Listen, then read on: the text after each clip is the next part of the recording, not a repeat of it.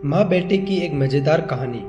माँ बेटा और बहू तीनों डाइनिंग टेबल पर बैठकर खाना खा रहे थे। खाना खाते खाते बेटा अपनी पत्नी से बोला, सीता तुमने आज भी दाल रोटी बना दी। कम से कम खाना बनाने में तो आलस मत किया करो। अभी तो रहती हो, कुछ अच्छा भी तो बना सकती थी। सीता बोली, बनाने वाली तो मैं आज सूजी का हलवा थी, लेकिन सूजी आई नहीं। मैंने कल ऑर्डर कर दी थी। कोई बात नहीं, कल बना दूंगी। किचन में कुकर की सीटी सुनाई देती है और खाना खाते खाते सीता किचन में चली जाती है। किचन से वापस आकर डाइनिंग टेबल पर बैठते हुए सीता कहती है, ये आलू पकाने के लिए रखे थे, शाम को आलू की टिक्कियां बनाएंगे। उसकी सासू माँ भी यह सुनकर खुश होती है। नितिन बीच में बोल पड़ता है, ये अच्छा है, दोनों बहुत मजे करते हो, अपने पसंद की चीजें जो बनाकर खाते हो। तभी डोरबेल बजती है। सीता फिर से खाने की टेबल से उठकर दरवाजा खोलने चली जाती है। दरवाजे पर डिलीवरी बॉय सूजी लेकर आया होता है। पार्सल लेकर सीता फिर से डाइनिंग टेबल पर बैठकर खाना खाने बैठती है। तब माँ बेटे से कहती है कि तू दरवाजा खोल देता, बेचारी को खाना खाते समय भी सुकून नहीं है। बेटा कहता है, सॉरी माँ, मैं नहीं उठ सकता, मुझे ऑफिस जाने के लिए देर हो रही है। नितिन खाना खाकर ऑफिस की तैयारी करने के लिए अपने रूम में चला जाता है। कुछ ही सेकंड बाद भी सीता को आवाज लगाता है, सीता मेरी घड़ी कहाँ है? मिल नहीं रही है। सीता खाना खाते खाते ही उसे बोलती है, अलमारी के ड्रॉवर में देखो। नितिन कहता है, नहीं मिल रही है।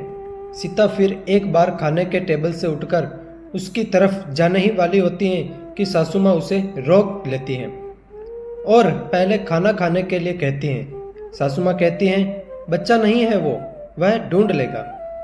थोड़ी देर बाद रूम से नितिन की आवाज़ आती है, मिल गई है। डाइनिंग टेबल पर दोनों सास बहू एक दूसरे की तरफ देखकर मुस्कुराते हुए कहते हैं। अगले दिन सुबह सुबह नितिन अपने बेडरूम में कोई फाइल ढूंढ रहा होता है और उस फाइल को ढूंढने के चक्कर में उसने पूरा कमरा तहस नहस कर दिया होता है। नितिन बड़बड़ा रहा होता है, इस घर में कभी कोई चीज अपने ठिकाने पर मिलती ही नहीं है। इन औरतों को भी कोई काम नहीं है, इसलिए हर चीज इधर उधर करते रहते हैं। सीता अपने कमरे में आकर कमरे का बुरा हाल देखती हैं तो नितिन से पूछती हैं कि क्या कर रहे हो?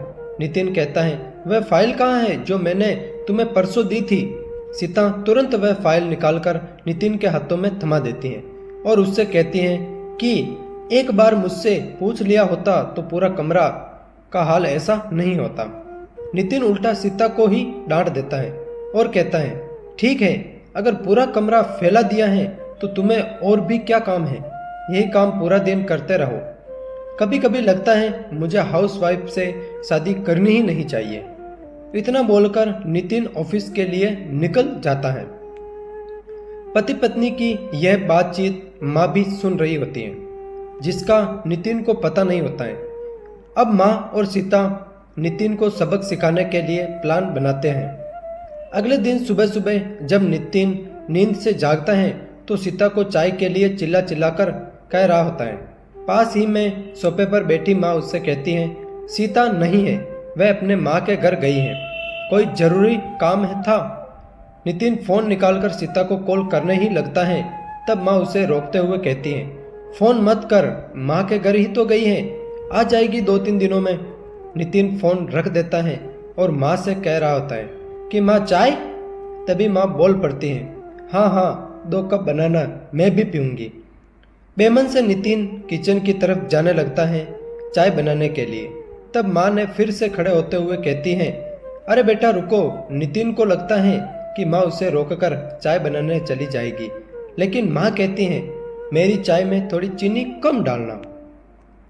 नितिन चाय बनाकर लाता है। माँ और बेटा दोनों चाय पी रहे होते हैं। तब माँ बोलती हैं, अच्छी बनाई है चाय, लेकिन सीता जो चाय बनाती है उसमें तुलसी की कुछ पत्तियां डाल देती हैं, उसका स्वाद ही अलग आता है। बेटा कोई नहीं, अगली बार जब तू चाय बनाएगा तो ध्यान रखना। नितिन माँ की तरफ देखता ही रह जाता है। थोड़ी देर बाद नितिन माँ से कहता है, माँ आज खाने में मटर पनीर। माँ फिर से नितिन की बात को काटते हुए कहती हैं, अरे वाह, आज मेरा बेटा मुझे मटर पनीर बनाकर खिलाएगा। अच्छा है, काफ़ी दिनों से मटर पनीर खाने की इच्छा हो रही थी। नितिन कहता है, अरे माँ, मैं तुम्हें मटर पनीर बनाने के लिए कह रहा था। माँ कहती हैं, नहीं बेटा, मेरे घुटनों में बहुत दर्द रहता है, मैं इतने घंटे तक किचन में नहीं खड़ी रह सकती हूँ। नितिन अपना फ़ोन निकालकर रेस्टोरेंट से ऑर्डर करने लगता है।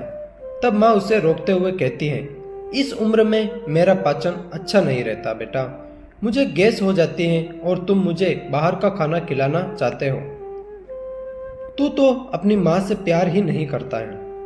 नितिन ना चाहते हुए भी घर का खाना बनाने के लिए किचन में चला जाता है। 1 घंटे बाद खाना बन के तैयार हो जाता है। नितिन 2 थाली में खाना परोसकर माँ के पास आता है। माँ देखती है कि नितिन ने दाल रोटी बनाई है। माँ नितिन से कहती है, अरे बेटा, तू तो मटर पनीर बनाने वाला था ना। नितिन कहता है, माँ यह आसान था बनाने के लिए। माँ कहती है, सीता होती तो मुझे आज मटर पनीर बनाकर ही खिलाती। चलो कोई बात नहीं, मैं कहाँ हर दिन मटर पनीर खाती हूँ, आज भी दाल रोटी खा ही लूँगी। आप बैठ साथ में मिलकर खाते हैं। दोनों बैठकर खाना खाने लगते हैं। नितिन ने पहला निवाला मुंह में रखा ही होता है कि माँ उससे कहती है, अरे बेटा, दाल में नमक थोड़ा कम है, जाकर जरा नमक लेकर आ। नितिन खाते खाते उठता है और किचन से जाकर नमक लेकर माँ को देता है। फिर अपना खाना खाने बैठता है। बीच में ही माँ खांसने लगती है और नितिन से कहती है, अरे बेटा, खाना गले में अटक गया है, थोड़ा पानी लेकर आ। नितिन फिर से खाना खाते खाते उठता है और पानी लाकर माँ को दे देता है। इन सब से नितिन के मुंह पर परेशानी साफ देखी जा सकती थी। नितिन को अब महसूस भी हो रहा था कि जैसा बर्ताव वह सीता के साथ करता है उसे कितना बुरा लगता होगा। हालांकि सीता के मुंह पर कभी उससे सिकन नहीं देखी थी। माँ यही नहीं रुकती। खाना हो जाने पर माँ नितिन को थालियाँ धोने के लिए कहती। फिर माँ अपने बेड पर आराम करने लगती हैं। तब नितिन को चादर ओढ़ाने के लिए कहती हैं। उसके बाद जब नितिन रूम में जा रहा था तब उससे रोककर एसी कम करने के लिए कहती हैं। इन सब कामों से नितिन परेशान हो जाता है, लेकिन कुछ बोल नहीं पाता है। अगले दिन सवेरे सवेरे नितिन खाना बनाने के लिए सब्जियां काट रहा होता है, लेकिन उसका ध्यान सब्जियों पर नहीं होता है। वह सीता के बारे में सोच रहा होता है और पछतावा कर रहा होता है कि वह कितना गलत था कि हाउसवाइफ का काम आसान होता है।